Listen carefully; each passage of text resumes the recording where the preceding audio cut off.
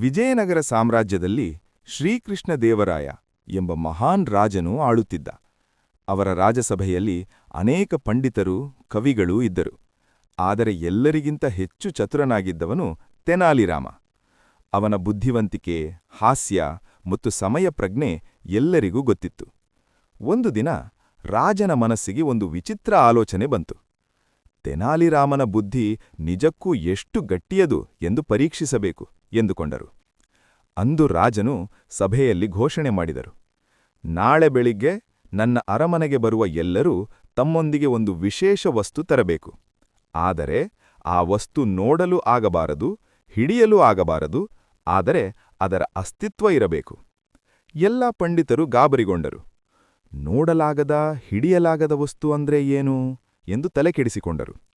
ಮರುದಿನ ಬೆಳಿಗ್ಗೆ ಎಲ್ಲರೂ ತಮ್ಮ ತಮ್ಮ ಉತ್ತರಗಳೊಂದಿಗೆ ಬಂದರು. ಒಬ್ಬ ಪಂಡಿತನು ಹೇಳಿದನು, ಮಹಾರಾಜ, ನಾನು ಗಾಳಿ ತಂದಿದ್ದೇನೆ. ರಾಜ ಕೇಳಿದರು, ಗಾಳಿಯನ್ನು ನಾವು ಅನುಭವಿಸಬಹುದು, ಅದು ಸ್ಪರ್ಶಕ್ಕೆ ಸಿಗುತ್ತದೆ, ಇದು ಸರಿಯಾದ ಉತ್ತರ ಅಲ್ಲ. ಮತ್ತೊಬ್ಬನು ಹೇಳಿದನು, ನಾನು ಬೆಳಕು ತಂದಿದ್ದೇನೆ.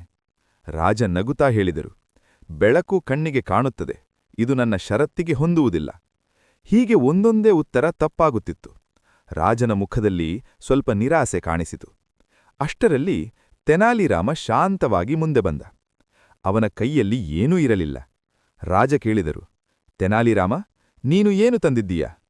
ತೆನಾಲಿರಾಮ ನಮ್ರವಾಗಿ ಹೇಳಿದನು, ಮಹಾರಾಜ, ನಾನು ನಂಬಿಕೆ ಅಥವಾ ವಿಶ್ವಾಸ ತಂದಿದ್ದೇನೆ. ಸಭೆಯಲ್ಲೆಲ್ಲ ಮೌನ. ರಾಜ ಕುತೂಹಲದಿಂದ ಕೇಳಿದರು, ಅದು ಹೇಗೆ? ತೆನಾಲಿರಾಮ ಹೇಳಿದರು, ಮಹಾರಾಜ, ನಂಬಿಕೆಯನ್ನು ನಾವು ನೋಡಲೂ ಆಗುವುದಿಲ್ಲ, ಹಿಡಿಯಲೂ ಆಗುವುದಿಲ್ಲ.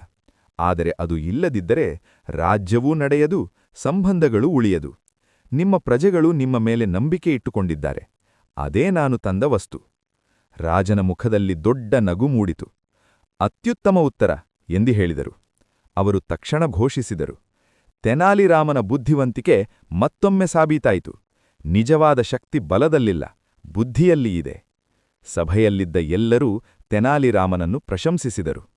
ತೆನಾಲಿರಾಮ ನಗುತ್ತಾ ಮನಸ್ಸಿನಲ್ಲಿ ಯೋಚಿಸಿದನು, ಬುದ್ಧಿ ಇದ್ದರೆ ಯಾವ ಸಂಕಟವೂ ಅವಕಾಶವಾಗುತ್ತದೆ.